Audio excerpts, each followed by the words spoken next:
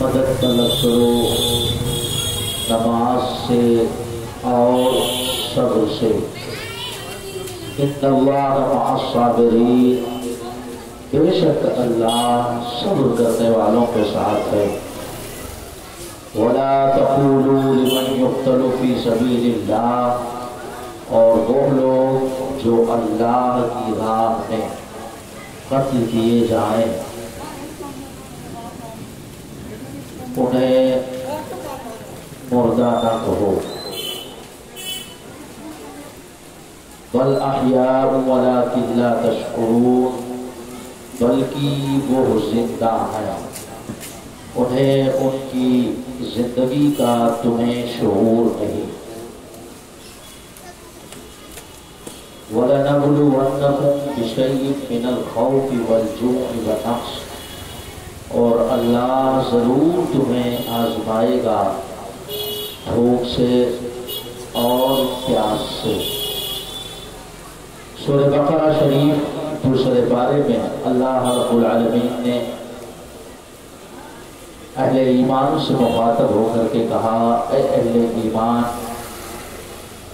نماز سے مدد طلب کرو اور صبر سے، اور وہ لوگ جو اللہ کی راہ میں قتل کیے جائیں، جو اللہ کی راہ میں شہید کیے جائیں، وہ زندہ ہے اور تمہیں ان کی زندگی کا شعور نہیں۔ دوسری طرف اللہ تبارک و تعالیٰ نے ارشاد فرمایا، وَلَا تَحْسَبَنَّ الَّذِينَ قُتِلُوا فِي سَبِيلِ اللَّهِ أَمْوَاتًا، جو اللہ کی راہ میں قتل کیے جائیں انہیں مردہ گمان بھی مت کرو۔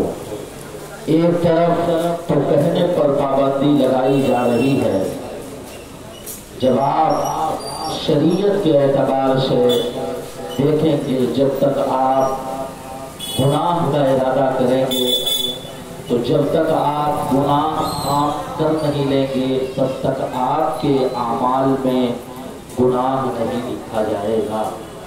اگر آپ نے نیکیاں کرنے کا ارادہ کر لیا تو جیسے ہی آپ نے نیکی کا ارادہ کیا، اب آپ کے نامۂ اعمال میں نیکیاں لکھنا شروع کر دی جائے گی۔ یہ میرے رب کی بہت بڑی رحمت ہے اپنے بندوں پر، کہ جب بندہ گناہ کا ارادہ کرتا ہے، معصیت کا ارادہ کرتا ہے، خطا کا ارادہ کرتا ہے، کبھی افعال کا ارادہ کرتا ہے، تب تک اس کے نامۂ اعمال میں دونوں کندھے پر بیٹھنے والے فرشتے اس کے اعمال میں گناہ نہیں لکھتے، لیکن جیسے ہی وہ نیت کرتا ہے جائز کام کرنے کا، وہ نیت کرتا ہے بہتر کام کرنے کا، تو جیسے اس نے نیت کی، جب تک وہ اس میں رہے گا اور جب تک وہ اس چیز کو کر نہیں لے گا تب تک اس کے نامۂ اعمال پہ نیکیاں لکھی جائیں گی۔ تو شریعت کا ضابطہ یہ ہے، شریعت کا قانون یہ ہے، شریعت کا دستور یہ ہے کہ جب تک آپ گناہ نہ کر لیں تب تک آپ کے اعمال میں گناہ نہیں لکھا جائے گا۔ لیکن اللہ تبارک و تعالیٰ نے یہاں سوچنے پر بھی پابندی لگا رہا ہے، گمان کرنے پر بھی پابندی لگا رہا ہے۔ میرا رب ارشاد فرما رہا ہے، اے لوگوں جو میری راہ میں قتل کیے جائیں، جو میری راہ میں شہید کیے جائیں، جو میری راہ میں اپنی جان کو نثار کر دیں، تم انہیں مردہ کہو بھی مت اور انہیں مردہ سوچو بھی مت، بلکہ وہ زندہ ہے۔ اور کس طریقے سے زندہ ہے اللہ ارشاد فرماتا ہے، وَلَٰكِن لَا تَشْعُرُونَ، کہ پھر ان کی زندگی کا شعور نہیں۔ اور دوسری طرف ارشاد فرماتا ہے، بل احیاء عند ربهم یرزقون، بے شک وہ زندہ ہے اور اللہ کی جانب سے انہیں رزق دیا جاتا ہے۔ آؤ دیکھو اسلام میں شہید کا مقام کتنا بلند ہے، اسلام میں شہید کا مرتبہ کتنا اعلیٰ ہے۔ شہید کی ویسے تو دو قسم ہے، ایک شہید حکمی ہے، ایک شہید فطری ہے۔ یعنی شہید حکمی اسے کہتے ہیں جس نے اللہ کے دین کے لیے، اللہ کے اسلام کے لیے اپنی جانوں کا نذرانہ پیش کر دے وہ شہید حکمی ہوگا۔ اور اگر کوئی دیوار سے دب کر مر جائے یا دریا میں ڈوب کر مر جائے یا ایکسیڈنٹ ہو جائے اور اچانک اس کی موت ہو جائے یا پیٹ کے درد میں وہ موت ہو جائے یا حاملہ عورت بچے کی پیدائش کے وقت موت ہو جائے تو اسے شہید کا درجہ دیا جائے گا، اسے شہید کا ثواب دیا جائے گا۔ ابھی یہ کونین صلی اللہ علیہ وسلم فرماتے ہیں اگر کسی نے وضو کر لیا اور وضو کی حالت میں وہ سو گیا اور رات میں وہ فوت ہو گیا تو اب اسے شہادت کا ثواب ملے گا۔ یہ اللہ کے حبیب ارشاد فرما رہے ہیں، یعنی شہید کا مقام کتنا بلند ہے، شہید کا مرتبہ کتنا بلند ہے۔ آؤ دیکھو آپ تو شہیدان کربلا کی محفل میں بیٹھے ہو، وہ شہید جن کا خطبہ قرآن پڑھتا ہے اللہ ارشاد فرماتا ہے جو اللہ کی راہ میں قتل کیے جائیں انہیں مردہ نہ کہو بلکہ وہ زندہ ہے۔ اللہ اکبر۔ آقا دو جہاں صلی اللہ علیہ وسلم کا کلمہ پڑھنے والوں آؤ دیکھو کل کی رات میں میں نے آپ کے سامنے حضور نبی کریم صلی اللہ علیہ وسلم کے نواسے کا تذکرہ کیا تھا۔ حضرت امام حسین ہے، نبی کے روضے پر حاضری دیتے ہیں اور نبی کے روضے پر حاضری دینے کے بعد اپنے نانا سے اجازت لیتے ہیں اور اپنے مقدس رفوسان قدسیہ کے ساتھ آپ مدینہ المنورہ کو خیر آباد کہہ دیتے ہیں۔ حضرت سیدہ زینب ہے جو امام حسین کی بہن ہے، حضرت سیدہ سکینہ ہے جو حضرت امام حسین کی شہزادی ہے، حضرت علی اکبر ہے، حضرت علی اصغر ہے، حضرت جناب شہربانو ہے۔ تمام رفوسان قدسیہ نے مدینہ الرسول کو خیر آباد کہا ہے اور مدینے سے یہ سفر چلا ہے اور خانہ کعبۃ اللہ شریف کے ارد گرد پہنچا ہے۔ یہ تمام رفوسان قدسیہ کی جماعت جب اہل عرب پہنچتی ہے مدینہ المنورہ سے رخصت ہو کر کے مکہ شریف میں پہنچتے ہیں۔ یہ تمام صحابہ کو خبر ہوتی ہے کہ رسول اللہ آئے ہیں، علی کے شہزادے آئے ہیں، امام حسین آئے ہیں۔ یہ سارے لوگ جماعت کر جماعت حضرت امام حسین کی بارگاہ میں آ رہے ہیں اور آپ کے ہاتھ کا بوسہ لے رہے ہیں اور آپ کی پیشانی کا بوسہ لے رہے ہیں اور آقا دو جہاں صلی اللہ علیہ وسلم کے پیارے نواسے سے محبت کر رہے ہیں۔ اللہ اکبر۔ امام حسین رضی اللہ تعالیٰ عنہ 15 شعبان المعظم کو یا 15 شعبان المعظم کو حضرت امام حسین رضی اللہ تعالیٰ عنہ مکہ شریف میں تشریف لے آتے ہیں۔ امام حسین تشریف لاتے ہیں اور تمام صحابہ کرام محبتوں کے ساتھ حضرت امام حسین کا استقبال کر رہے ہیں۔ اللہ اکبر۔ حضرت امام حسین رضی اللہ تعالیٰ عنہ ہے، ابھی یزید کے تعلق سے آپ نے کوئی مہم نہیں چلائی ہے، یزید کے تعلق سے آپ نے کوئی خبر نہیں پھیلائی ہے۔ حضرت امام حسین رضی اللہ تعالیٰ عنہ ہے، تمام صحابہ عرض کرتے ہیں اے آقا حسین کہاں جانے کا ارادہ ہے؟ آقا حسین کہتے ہیں کیونکہ مجھے کوفہ سے خطوط پر خطوط آ رہے ہیں، بہت سارے افراد مجھے بلا رہے ہیں اور یہ کہہ رہے ہیں کہ یزید کا انتقال ہو گیا ہے اور کوفہ کی سرزمین پر ایک ولی عہد ہے جو گورنر ہے جس کا نام نعمان بن بشیر ہے، مگر ہم تو اس کے پیچھے نماز بھی نہیں پڑھتے آئے۔ اے امام حسین آپ چلے آئے اور ہم آپ کو امیر المؤمنین مانیں گے، ہم آپ کو اپنا بادشاہ مانیں گے اور ہم آپ کو اپنا آقا تسلیم کریں گے شریعت کی بھی اعتبار سے اور عظمتوں کی بھی اعتبار سے۔ یہ گویا تاریخ بتا رہی ہے کہ آپ کے پاس 300 خطوط آ گئے اور بعض روایتوں میں آتا ہے کہ 55 خطوط حضرت امام کی بارگاہ میں آئے ہیں۔ حضرت امام نے خطوں کو پڑھا ہے، اس کا مفہوم یہ تھا اے ابن رسول اللہ، اے علی کے شہزادے حسین ابن علی، آپ اٹھا چلے آئے۔ یزید امیر المؤمنین مر بیٹھا ہے اور یزید نے گناہ معاف کر دی ہے، وہ شراب نوشیاں کرتا ہے، وہ نماز کو چھوڑنے والا ہے، ہم یقیناً اسے امیر تسلیم نہیں کرائیں گے۔ اے آقا حسین آپ چلے آئیے۔ اس میں سب سے پہلے خط حضرت ہانی بن ہانی کا تھا، حضرت عبداللہ بن حنفی کا تھا۔ یہ تمام لوگ خط و خط دے کر کے امام حسین کو مدعو کر رہے ہیں۔ جب امام حسین کو خبر پہنچتی ہے، امام حسین نے خط کو پڑھا ہے۔ خط کو پڑھنے کے بعد میرے امام نے کہا ہے کہ میں اپنے